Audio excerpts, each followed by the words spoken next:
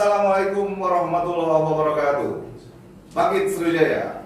Jumpa lagi bersama channel Sriwijaya Bangkit Podcast bersama Yudi Abram.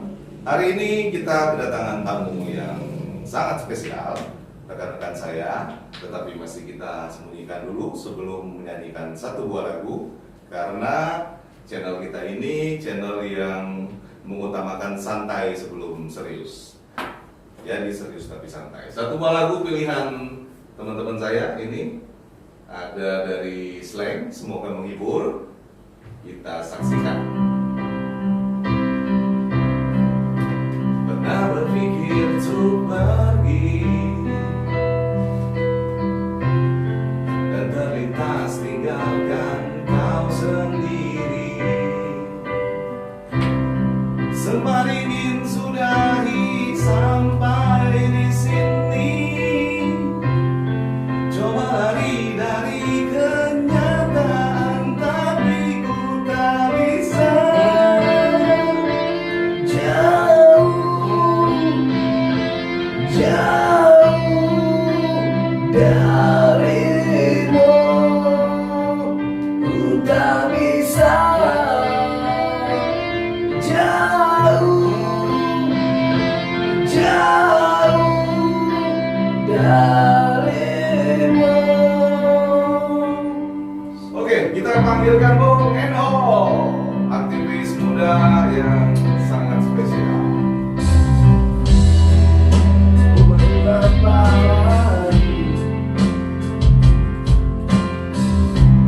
Dan Bung Rizky, ini aktivis juga dalam media politik.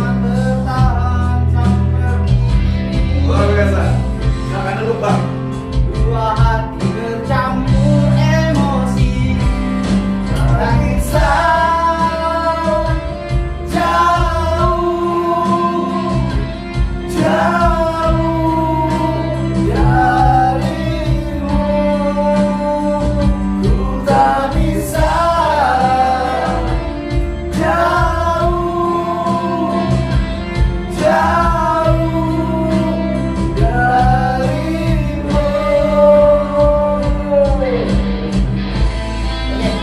Luar biasa. Silakan dipakai, Pak. Ya, suaranya makin hijau. Nanti habis ini kita lanjutin ya, Bung Eno Siap. dan Bung Rizky. Karena kalau kita ngobrol-ngobrol tidak diawali dengan santai, nanti tegang. Kalau tegang itu kan cukup di rumah aja. Ya, Bung Eno, apa kabar? alhamdulillah luar biasa. Semakin eksis saya lihat ini. Bung Ya. Eno dengan apa nama organisasinya kemarin, Pak?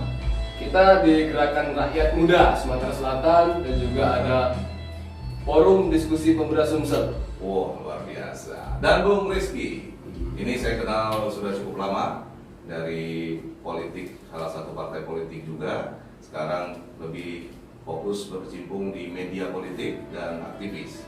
Beberapa waktu yang lalu, Bung Eno dan Bung Rizky ini mungkin rekan-rekan melihat di media bahwa ada satu institusi besar yang mereka suarakan. Ada beberapa hal yang nanti kita bicarakan juga, Bung Rizky. Selamat datang, Bung Rizky. Bagaimana? Terima kasih, Sehat? Bung Yudi. Terima kasih. Oh. Sama sehat-sehat. Alhamdulillah. Semakin Luar biasa acaranya. sehat, semakin sehat. Oke, sehat. Alhamdulillah. Semakin semoga COVID ini tidak membuat kita turun aktivitas, malah makin semangat. Oke, Bung Eno dan Bung Rizky, mungkin kita awali dengan Bung Eno. Siap. Saya melihat Bung Eno ini kemarin dan Bung Rizky juga ada yang ini ya, ada demonstrasi di kantor wali kota. Bisa diceritakan Ya, dengan OJK ya, OJK. kalau demonstrasi itu bagian dari kita menyuarakan aspirasi. Oke. Salah satunya dengan kelompok koalisi pemuda yang memang peduli dengan lingkungan. Ada juga Bung Andreas, ada juga Bung Sukma, ada Bung Haris, Bung Arlan, ada Bung Rizky juga, dan ada Bung Joko Setiawan. Oke, jadi Bung Rizky juga saat itu saya lihat sudah banyak sekali media yang meliput aksi demonstrasi tersebut. Gimana tindak lanjut dari pihak yang didemonstrasikan? Mungkin bisa lebih ke temanya, apa yang disuarakan oleh teman-teman. Kalau saya melihat apa yang disuarakan teman-teman itu sangat sudah benar, karena saya sebagai media melihatnya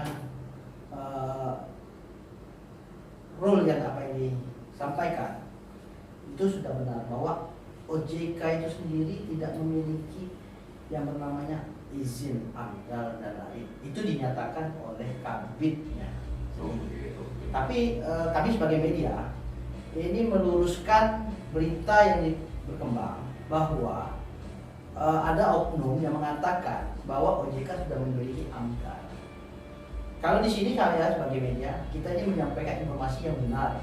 Kalau ada yang membodohkan kebodohan itu, kita sangat tidak relevan dengan masyarakat. Betul sekali. Iya. Kalau saya mendukung loh pemuda-pemuda seperti Bung Endu sendiri. Jadi Bung Rizky mendemonstrasikan OJK itu kan lembaga negara. Kalau saya bukan mendemonstrasikan, tapi saya meliput kegiatan. Oh meliput ya? Oh ya, Ya. Bung Eno. Ya. Ya. Tidak takut Bung Eno dengan kita menyuarakan itu kan sedikit berarti kan mengganggu lembaga negara ya. Nah, gimana apa namanya pertimbangan-pertimbangannya? Memang kalau saya melihat kalau sudah masalah izin AMDAL itu adalah salah satu syarat untuk diterbitkannya IMB ya. Iya. Nah, tetapi apakah itu bangunan sudah jadi atau gimana, Bung Eno? Ya, jadi di awal cerita kami dan kawan-kawan bersepakat bahwasanya investasi di Kota Palembang ini memang harus terlaksana, apalagi di saat Covid. Tetapi untuk setiap pembangunan itu memang harus mengikuti prosedur yang ada, undang-undang lingkungan ada, peraturan pemerintah ada, peraturan wali kota juga ada. Itu yang harus mereka tetap taati. Jangan sampai peraturan yang pertama belum dilakukan meloncat ke peraturan yang ketiga. Iya. Artinya memang perlu stakeholder khususnya pemerintah Kota Palembang sendiri untuk bisa segera melakukan evaluasi kinerja, khususnya setiap pembangunan yang di sana terindikasi mencurangi, bahkan kita anggap menyepelekan peraturan yang ada. Seperti itu Bang Yudi. Jadi setelah kita lakukan suara ke wali kota Palembang, Ya. apa tindak lanjut dari wali kota maupun dari pihak terkait ya dari OJK? Apakah masih tetap melanjutkan bangunan tersebut? Apakah sudah izinnya itu sekarang sudah terbit gitu, Bung Eno? Kalau mengenai izin, kemarin sempat dinyatakan oleh PTSP, perwakilan PTSP, bahwasanya mereka mengeluarkan IMB bertahap. Katanya seperti itu di dalam aksi yang kita suarakan. Tetapi kami lebih bersepakat dengan Ibu Desi, kalau saya tidak salah, dari DLHK. Beliau menyampaikan bahwa memang AMDAL itu belum ada. Artinya sekarang ini tanda kutip nih, Apakah pembangunannya masih berjalan? Kalau sekarang lagi berjalan. masih berjalan? Ya, mungkin ini Bang Yudi juga harus ketahui nih Bang. Tanda kutip nih, IMB sudah muncul, AMDAL belum ada. Ya, padahal itu Di mana-mana AMDAL duluan. Oke. Aturan negara ini bukan milik segelintir orang. Yang menerbitkan IMB dinas tata kota. Yang menerbitkan IMB itu kalau kemarin kalau perkataan dari PTSP ya benar, dinas PU. Yang PU apa namanya menseleksi syarat-syarat administrasi. ya. Oke, berarti ada 3 institusi yang disoroti. Pertama PU OJK sendiri ya. selaku pihak usernya, kemudian PU tata kota sekarang bergabung dengan PU ini ya apa Perkim ya. Kemudian dinas lingkungan hidup dan tata ruang. Oke, ya semoga saja Ya. tuntutan dari rekan-rekan teman-teman sekalian ini cepat tidak lanjuti karena banyak faktor yang merugikan pemerintah. Karena dari izin AMDAL tersebut kan ada PAD yang harusnya masuk ke pemerintah, tetapi dengan ditiadakannya itu sehingga ada yang loss gitu kan. Ya. Kemudian izin AMDAL juga itu sangat penting untuk masyarakat lingkungan sekitar. Karena kalau saya dengar 8 lantai bangunannya itu, 8 lantai. tentunya akan mengeluarkan banyak sekali limbah, baik limbah di toilet maupun aktivitas sehari-hari. Ya, terima kasih teman-teman, rekan-rekan sekalian. Memang Kota Palembang ini sangat perlu teman-teman aktivis yang peduli terhadap lingkungan, peduli terhadap pemerintah kota juga, karena justru pemerintah harusnya berterima kasih dengan adanya rekan-rekan sekalian mengingatkan wali kota dan jajarannya bahwa ada yang miss di aturan-aturan yang harus diterapkan di bawah. Ini informasi Bang Yudi. Jadi Bang Yudi juga perlu ketahui, kawan-kawan podcast dari Sriwijaya Bangkit ini juga perlu ketahui bahwasanya jangan sampai ada image masyarakat ini terbelah, karena ada beberapa pihak yang tidak perlu saya sebutkan namanya, mereka aksi, tanda kutip mereka meminta dikeluarkan AMDAL Alim di Dinas Lingkungan Hidup. Organisasi lain Ya, organisasi masyarakatan yang juga turun aksi ada menyusul dikeluarkan, segera diproses AMDAL Alim. PLH kan nggak ngeluarin AMDAL Alim, bos. Yang ngeluarkan AMDAL Alim itu kan ada di Dinas Perhubungan. Iya. Jadi kita juga sedikit bertanya, kenapa harus ada aksi di DLHK yang meminta AMDAL Alim? Karena di spanduk yang saya lihat aksinya seperti itu, Bang Yudi. Oh gitu ya? Iya. Tidak berkoordinasi dengan rekan-rekan yang sudah duluan menyoroti hal ini? Jadi ini kami lihat seperti seakan ingin membelah persepsi masyarakat, bahwasanya ada pihak yang mendukung. Oh itu. Mendukung pembangunan yang dugaannya memang Ibu Desi pun sendiri mengatakan bahwasanya AMDAL-nya masih berproses. IMB-nya sudah keluar. Iya. Jadi demonstrasi yang baru ini seolah-olah ada di pihak OJK. Iya. Kawan-kawan mahasiswa juga sempat dinas DLHK. Ya, ada kawan-kawan mahasiswa juga sempat turun kan. Mereka sempat turun. Mereka satu suara sama kami. Kami apresiasi lah dengan kawan-kawan mahasiswa, kawan-kawan muda dari kampus, dari beberapa elemen kampus turun menyuarakan bahwasanya memang benar. Mereka juga melihat, mereka juga mengamati, mereka juga menganalisa bahwasanya memang benar gedung OJK Regional 7 itu belum ada. Dugaannya belum ada. Karena mereka juga mencatut statement dari Ibu Desi di DLHK itu sendiri. Oke. Jadi ini perhatian yang lebih untuk kita. Iya. Bahwa di setiap aksi itu yang pro, maka ada aksi yang kontra. Setiap aksi yang kontra pasti ada yang pro. Jadi teman-teman di sini tetap harus semangat berjuang, karena kita ada di pihak yang benar. Bahwa lingkungan itu adalah nomor satu, kemudian sumber pendapatan daerah yang sekarang sudah sangat terpuruk akibat pandemi ini tentunya harus disupport oleh kegiatan-kegiatan yang seperti IMB, kemudian penerbitan izin AMDAL. Nah, kalau itu dilewatkan berarti kan ada yang loss, dan mungkin dari pihak aparat hukum, kejaksaan dan KPK juga harus ikut melihat, menyoroti hal ini, karena kita cukup berbangga terhadap KPK di bawah pimpinan Pak Firly ini. Sudah sangat banyak yang sebagai media politik juga pasti menyoroti bahwa baru-baru ini terjadi dinamika politik yang sangat besar, di mana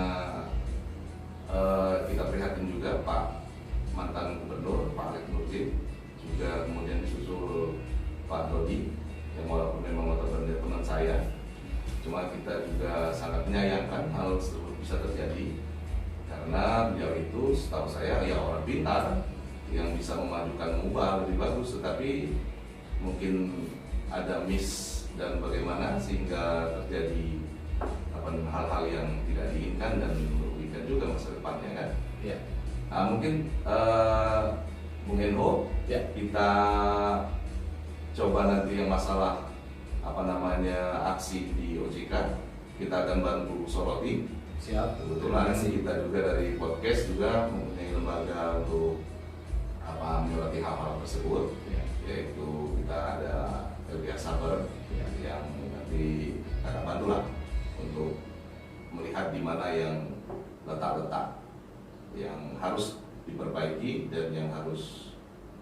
dilakukan oleh pihak OJK dan dinas terkait yang melakukan miss atau kesalahan administrasi yang menimbulkan kerugian untuk negara, untuk pemerintah Kota Palembang. Iya.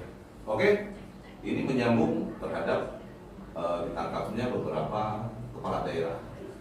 Di tahun kemarin, Bupati Moraini dan Wakil Bupati beserta Ketua DPRD dan anggotanya jadi sangat miris. Iya. Dan tahun ini kita dikejutkan dengan gubernur yang juga mantan bupati 2 periode yang sudah sangat besar namanya.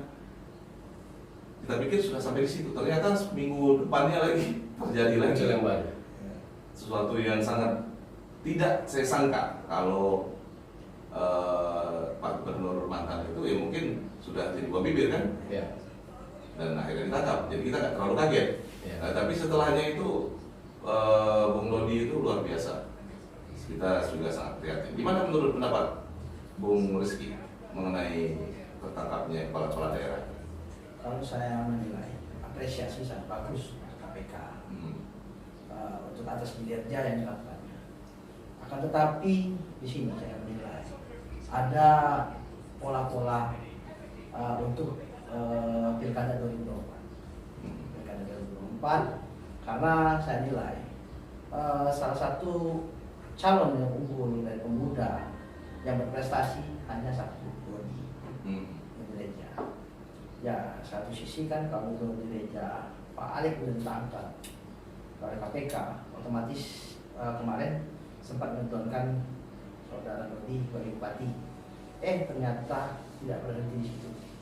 Berarti ada hubungannya antara politik dengan kejadian kemarin itu, menurut Bung Rizky? Kalau saya menilai benar, Ada hubungan politik. Jadi ada satu dinasti yang akan memasuki wilayah Sumatera Selatan untuk pilkada 2024. Berarti kekuatan sangat besar yang bisa mengendalikan KPK menurut Bung Rizky. Apakah mungkin? Ini kalau KPK kan posisinya Independen. independen. Betul. Tetapi Dorongan. ada dorongan. Dorongan. Ada dorongan istilahnya tuh Informasi. informasi yang diberikan. Iya. Ya, mungkin kalau KPK sih netral. Betul, gitu betul. ya. Karena saya sangat tahu bahwa di KPK itu ada departemen yang menerima laporan. Jadi kalau laporan kita itu lengkap disertai dengan bukti yang cukup, itu akan mendapatkan perhatian khusus dan lebih cepat dilakukan OTT. Yang mungkin menurut Bung Rizky, persaingan politik 2024 itu bahwa Bung Dodi ini dengan Pak Alek Nurdin yang cukup besar itu akan dihabiskan sehingga 2024 akan tarung bebas antara incumbent Pak Ade dengan yang baru akan masuk ini. Ya, dinasti baru. Sehingga ada kemungkinan untuk yang baru bisa lebih eksis dan bisa lebih ada kemungkinan untuk menang dibandingkan ada Pak Dodi tadi. Ya. Oke. Tapi kalau kembali lagi juga pertanyaan Oke. Bung Didi Pram. Ya. Gimana pandangan Bung Didi Pram sendiri? Ini cuma kita bertanya. Lempar roket ditangkis sama rudal. Oke, Bung Rizky. Jadi memang kita kan di sini ngobrol santai ya. Iya. Saling tanya Bung Eno Iya. Siap. bahwa anggap aja ngobrol tapi kita diliput supaya apa? Selama ini kan kita sering ngobrol, Iya. tapi kan nggak diliput. Benar. Kemudian didengarkan oleh rekan-rekan yang lain. Iya. Ya, semoga saja menambah wawasan, Iya. menambah asana baru, Iya. menambah sesuatu yang mungkin ya ada gunanya yang kita harapkan ke depan untuk masyarakat khususnya yang tertarik dengan obrolan kita. Bahwa memang kalau saya secara insting politik saya ya ada kaitannya karena dalam waktu yang sangat cepat dengan dua kasus hukum langsung yang disangkakan ke Pak Alex Nurdin, tiba-tiba anak beliau ditangkap. 2024 ini yang saya baca ada beberapa tokoh penting yang akan masuk. Yang salah satunya yang mungkin namanya nama baru mungkin di masyarakat secara luas, tetapi untuk orang-orang politik sudah sangat tahu dengan grup besarnya itu Pak Kahar Muzaka. Jadi Pak Kahar ini adalah anggota DPR RI RI dari fraksi Golkar yang cukup senior. Saya mungkin sudah hampir 3-4 periode ya di dapil pemilihan 1 ini. Kemudian anak beliau itu kebetulan senior saya di SMA dulu, Wahyu Sanjaya, itu dari Partai Demokrat, sudah 2 periode DPR RI. Dan anak beliau juga di BPK, itu ketua BPK RI, Pak Agung Firman Sampurna. Itu kabarnya kalau saya dengar ya, obrolan politik dengan teman-teman setelah mengakhiri masa di BPK mungkin tahun depan itu ada minat untuk terjun ke politik juga. Tapi saya dengar antara 2, Bu Rizky, ke DKI 1 atau Sumsel 1. Jadi karena beliau ini sudah skalanya nasional, mungkin lebih memilih ke DKI 1. Tetapi tidak menutup kemungkinan adik kandungnya Pak Agung tadi, yaitu Pak Wahyu Sanjaya, karena beliau sudah 2 periode ini menjadi DPR RI, bisa untuk maju ke sini. Jadi dengan mungkin ya media ini sangat sangat pintar untuk menghubung-hubungkan tadi. Jadi saya juga ada inspirasi yang baru muncul bahwa dorongan dari BPK ke KPK ya sangat mungkin, karena sama-sama lembaga tinggi negara yang menyoroti masalah keuangan negara. Yang satunya tukang tangkap, yaitu KPK, anggaplah tukang intai, yang BPK adalah pemeriksa. Jadi korelasi ini sangat dekat. Jadi apabila ada laporan dari BPK, ya pasti akan ditindaklanjuti cepat oleh KPK. Ya kita melihat untuk konteks politik, ya tadi hal-hal yang tidak diinginkan. Tetapi saya juga secara pribadi itu dekat dan sangat prihatin sebenarnya, meski kita berharap masa depan Pak Dodi juga mungkin ke depan masih ada lah, karena di beberapa kasus di di provinsi lain itu ada salah satu gubernur yang mantan narapidana juga DPR RI dan lain sebagainya. Karena dengan dihukumnya yang bersangkutan ini sebagai lecutan kuat untuk tidak melakukan kesalahan yang sama. Mungkin ada baiknya dibanding belum mendapatkan hukuman. Ya, tapi kita berharap seluruh pejabat nantinya baik itu di legislatif maupun eksekutif ini sudah sangat menjauhi hal-hal godaan dengan korupsi, karena memang mungkin kekayaan sesaat itu akan sirna pada saat kita masuk ke dalam penjara itu, dari keluarga, anak, cucu, apalagi Pak Aris Nurdin itu akan sangat terpukul. Ya kita doakan saja. Ya. Walaupun ada negatifnya, beliau sudah cukup banyak juga menyumbangkan kinerjanya, prestasi di Sumatera Selatan, di Jakabaring, tidak bisa kita pungkiri. Kemudian pembangunan di provinsi ini cukup bagus, dan kesalahan itu semoga menjadi lecutan untuk beliau dan keluarga, dan kita juga menjadi lebih hati-hati dan lebih mengawasi kegiatan-kegiatan yang menggunakan anggaran negara ke depan. Gimana Bung Menho dan Bung Rizky? Ada keinginan ke depan untuk 2024 apa di eksekutif, legislatif?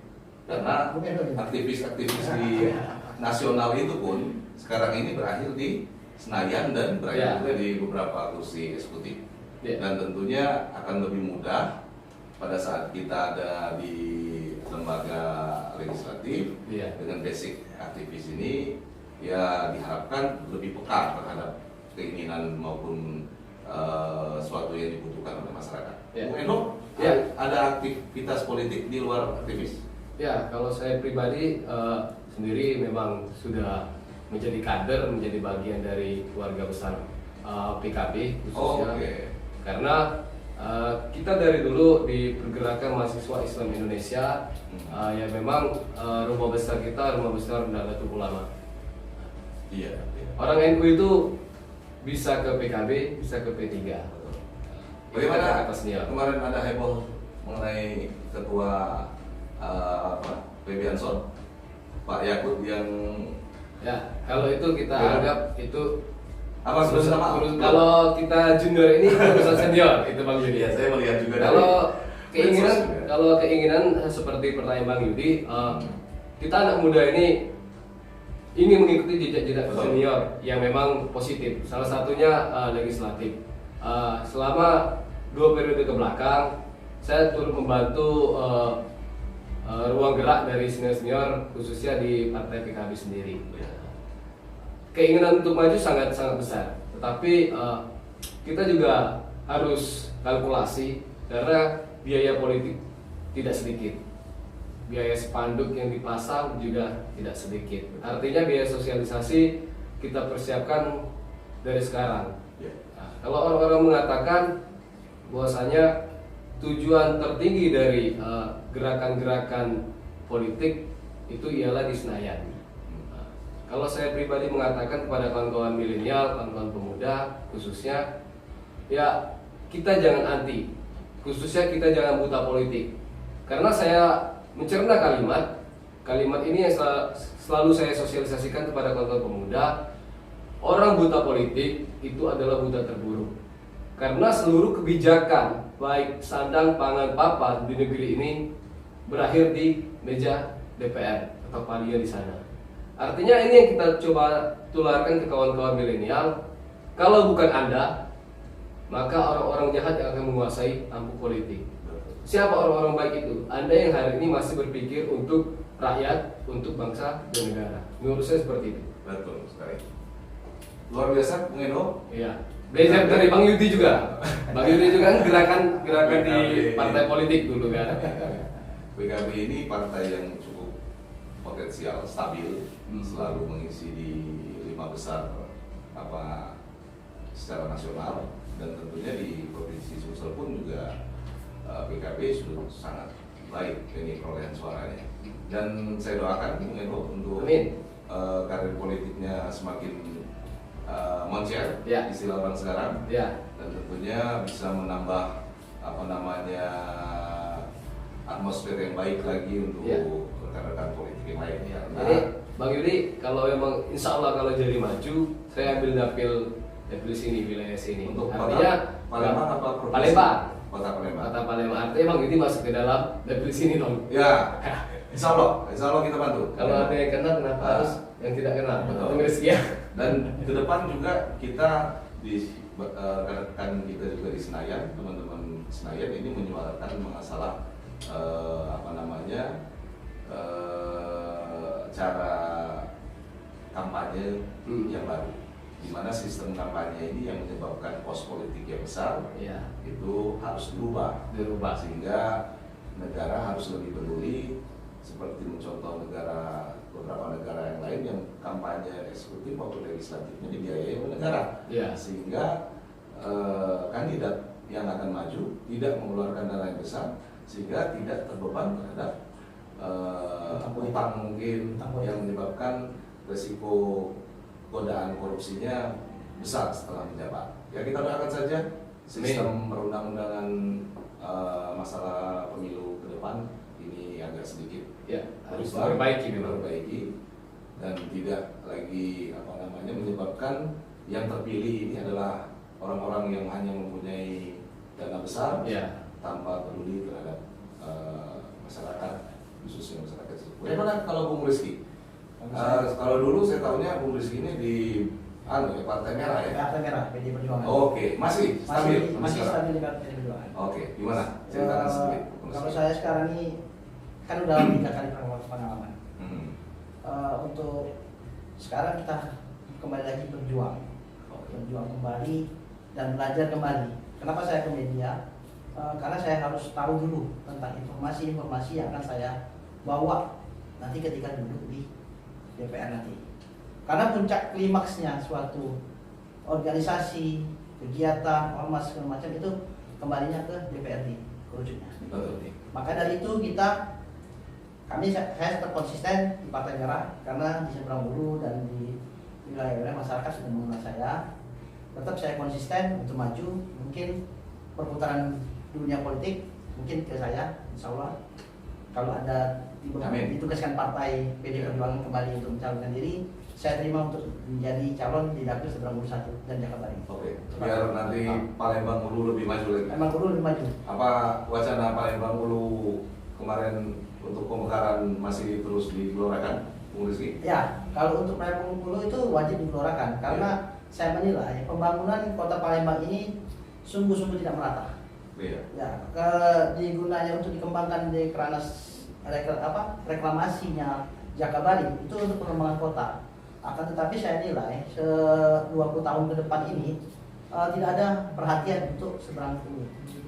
Ya, sayang lahan ribuan hektar, ratusan hektar di Jakabaring itu terbengkalai sekarang. Walaupun kita sudah memiliki namanya Stadion Jakabaring. Ya, Nanti yang kita tugas rasakan. Bung Rizky itu nanti. Ya, kalau saya ke depan nanti ketika terpilih saya akan aspirasi itu Oke. Seberang Hulu menjadi kota kedua kota Palembang. Oke, Ya. insya Allah kita Ya. dukung Bung Rizky. Ya, Oke, oke. baiklah Bung Eno, Bung Ya. Rizky, walaupun waktu kita cuma sebentar, Ya. tetapi cukup banyak yang kita diskusikan. Ya, Semoga nanti bisa kita undang dan hadir kembali. Mungkin ada beberapa topik bahasan yang memang perlu untuk kita bahas bersama. Ya. Dan kami doakan dari Sriwijaya Bangkit Podcast, Bung Eno, Bung Rizky tetap semangat, suarakan kebenaran untuk masyarakat kecil khususnya, dan tentunya dampingi pemerintah, kemudian awasi juga bantu untuk mencapai target pendapatan daerah kita yang sudah tertinggal untuk bangkit kembali. tetap, Ya, berada, tetap berada Terima di kasih. garda Terima kasih. garda pemerintah untuk pendidikan APRI. Amin. Ya. Oke. Sukses. Pemirsa, sudah satu session 30 menit, insya Allah menambah hasanah kita bersama dari rekan-rekan aktivis, media, politisi yang walaupun masih muda, suaranya sudah sangat didengar khususnya di Kota Palembang. Semoga menjadi pemicu untuk kita semua. Kita akhiri. Wassalamualaikum warahmatullahi wabarakatuh. Sriwijaya Bangkit. Sriwijaya Bangkit. Oke.